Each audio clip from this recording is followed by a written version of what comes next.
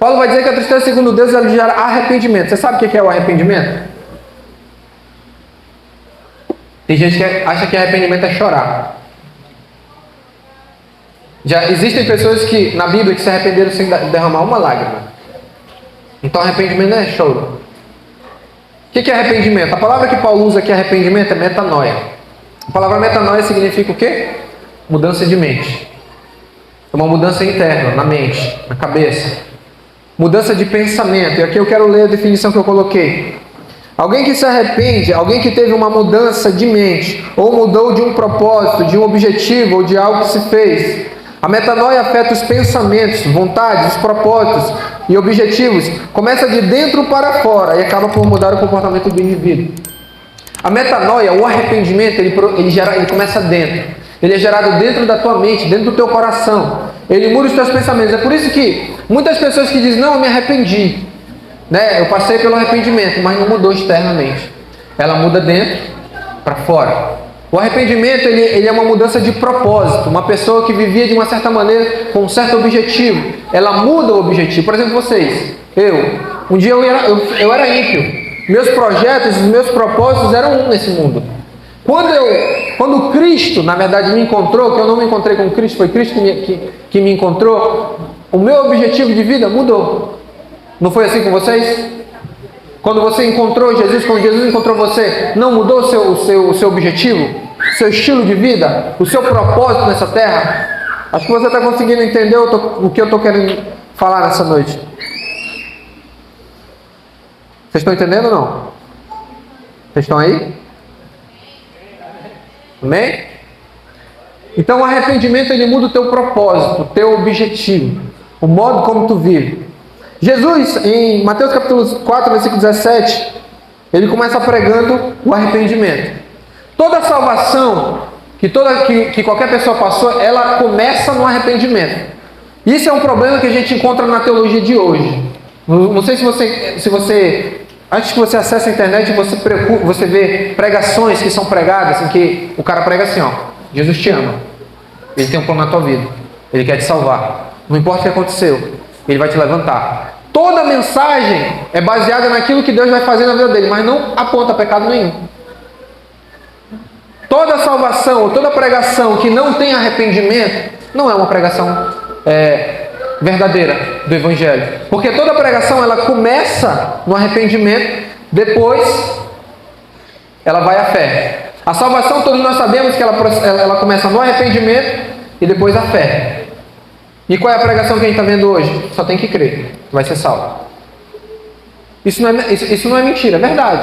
Salvação é pela fé. Só que ela não é ela sozinha. Você está entendendo? Arrependimento e fé. Porque não adianta nada o cara crer, mas não mudou de vida. Você está entendendo? Eu criei, mas a vida dele não mudou. Jesus, em Mateus capítulo 4, versículo 17, ele vai dizer, ele começa a pregar a mensagem dele e ele diz assim, ó, arrependei-vos, porque é chegado o reino dos céus. Ele poderia começar pregando assim, olha, crê em mim que eu sou o salvador de vocês, e está tudo certo. Ele poderia começar assim. Mas ele não começou pregando desse jeito, ele começou pregando, arrependam-se. Mudem de vida, mudem de estilo, mudem de objetivo, mudem de pensamento. É isso que Jesus ele começou a pregar. Em Lucas 5,32 você vai ver a mesma coisa. Você vai ver em Atos 2,38 o apóstolo Pedro pregando. Depois que ele prega para aquele povo, depois que o Espírito Santo desce, o que ele fala para aquele povo? Arrependei-vos e convertei-vos, para que sejam apagados os vossos pecados e venha sobre vós os tempos de refrigério pelo Espírito do Senhor. Então toda a mensagem, ela começa pelo arrependimento. Você vai ver também isso em Atos, capítulo 17, versículo 30, o apóstolo Paulo lá no Areópago. Quem já leu a Bíblia sabe. O apóstolo Paulo pregando lá no Areópago. Quando ele vai pregar, a Bíblia diz que eles eram epicureus estoicos. Eram gregos que queriam estudar a respeito da religião e de vários conceitos da vida. O apóstolo Paulo ele começa pregando de que maneira? Ele começa apresentando o Deus desconhecido, que existiam vários altares lá. E no final da mensagem, depois que ele apresenta, ele diz, mas Deus, não levando em conta os tempos da ignorância, ordena a todos os homens, em todos os lugares, que se arrependam, presta atenção, se arrependam dos seus pecados, creiam no Evangelho. Arrependimento na frente, fé depois. Aí eu pergunto de ti, tu creu primeiro ou tu se arrependeu primeiro? Quero que você pense aí um pouquinho. Tu creu? Tu se arrependeu antes de crer? Arrependimento, mudança. É impossível conceber que um crente foi salvo, mas não se arrependeu. Ou seja, não existe mudança no comportamento. Em termos práticos, o arrependimento, ele é observado nas obras.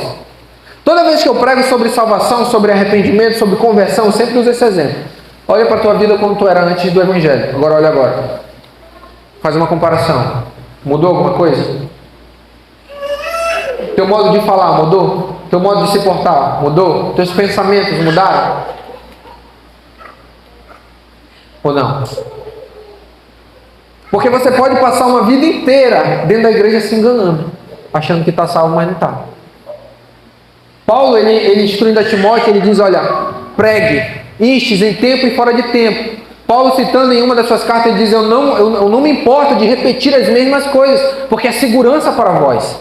Ou seja, eu também uso essa palavra de Paulo, eu não me canso de pregar sobre isso. Para vocês, para mim, para nós, porque é segurança. Paulo ele vai dizer, examine-se, pois o homem assim mesmo, se ainda está na fé. Aí a pergunta que eu faço para você, repetindo a mesma pregação que eu venho pregando há muito tempo aqui. Tu nasceu de novo? Passou pelo novo nascimento? Arrependeu de pecado? Porque eu vejo pessoas, tem amigos meus que eu conheço, que dizem, eu sou crente, mas ele continua chamando o mesmo palavrão, continua tendo os mesmos objetivos, embora que ele parou um pouquinho de pecar, né? Não sei se você já conheceu o crente assim. O cara bebia, ele parou de beber, mas continua xingando palavrão, continua cobiçando a mulher na rua, continua se irando contra o próximo. Não mudou nada, ele só deixou, ele só evitou um certo tipo de pecado, mas o resto tudo continua na vida dele. Por isso que a gente tem que sempre se analisar. Se essa tristeza, que eu vou usar aqui, depois eu vou entrar e eu vou explicar isso aqui, realmente aconteceu, se ela produziu o arrependimento de verdade na minha vida. Porque não adianta nada eu passar 20, 30 anos na igreja e não mudou nada. Não adianta nada, tu só está perdendo teu tempo aqui. Tem que ter havido, tem que ter acontecido metanoia. Romanos 12, 1 ao 2, Paulo vai dizer, rogo-vos, pois irmãos, pela compaixão de Deus, que apresenteis o vosso corpo em sacrifício vivo, santo e agradável a Deus, é o vosso culto racional. No versículo 2, e não vos conformeis com este mundo, não vos conformeis, não vos amoldeis, não sejam iguais, não andem conforme eles. Tem gente que acha que não ser igual ao mundo é não matar, não roubar, não adulterar, não fornicar. Quer dizer que mentira não faz parte do mundo. Ódio não faz parte do mundo. Inveja que não se vê por fora, mas está dentro de ti, não faz parte do mundo.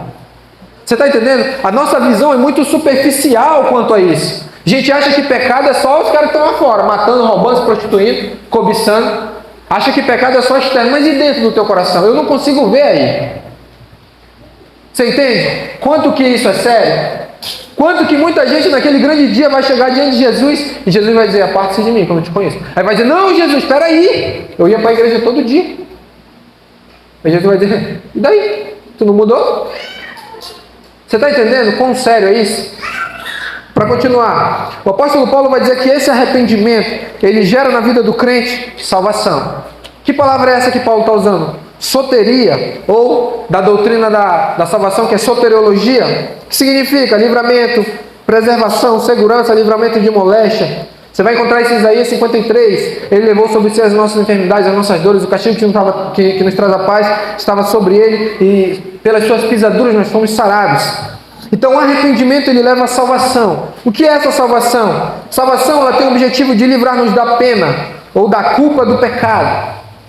Ele tem como objetivo livrar-nos do poder do pecado. Isso aqui é um ponto muito importante. A salvação, se realmente ela aconteceu na tua vida, tu tem que parar de pecar.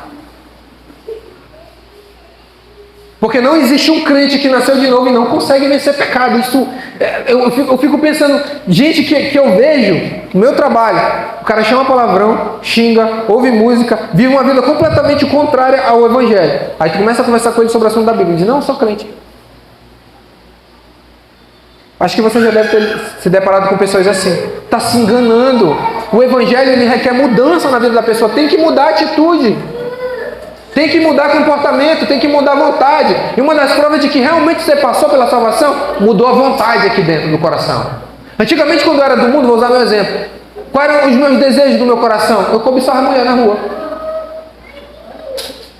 Eu assistia pornografia. Minha mulher sabe. E havia desejo dentro do meu coração por isso. Quando eu passei pelo processo da conversão, aqueles desejos que havia no meu coração, comecei a lutar contra eles. Batalhar todos os dias. Por isso que o autor de Hebreus ele vai dizer bem assim: ainda não resististes ou combateste contra o pecado, resistindo até o sangue. Aí você tem que sangrar lutando contra o pecado. Por quê? Porque houve mudança de natureza. Se não houve mudança de natureza, a tua salvação é fajuta. Não vai entrar no reino. Você está entendendo? A tristeza, segundo Deus, ele vai gerar no coração da gente arrependimento, mudança de vida, que leva à salvação. Tem que passar pelo arrependimento. Né? E todas as vezes que eu prego sobre isso, eu pergunto: qual foi a última vez que tu chorou pelo teu pecado? Qual foi a última vez que você chorou por uma mentira? Né? Quer ver um exemplo clássico? Todo marido discute com mulher às vezes, não é isso? Às vezes dá um atrito ali, não é perfeito. Tu, marido, qual foi a última vez que tu brigou com a tua mulher ali, teve uma discussão, foi embora do trabalho? Aí quando tu estava no meio do caminho, veio aquela dor no coração de: poxa, não era para me ter falado assim com a minha mulher. Já aconteceu isso contigo? Se não acontece, tem alguma coisa errada. Quem gera isso? O Espírito Santo.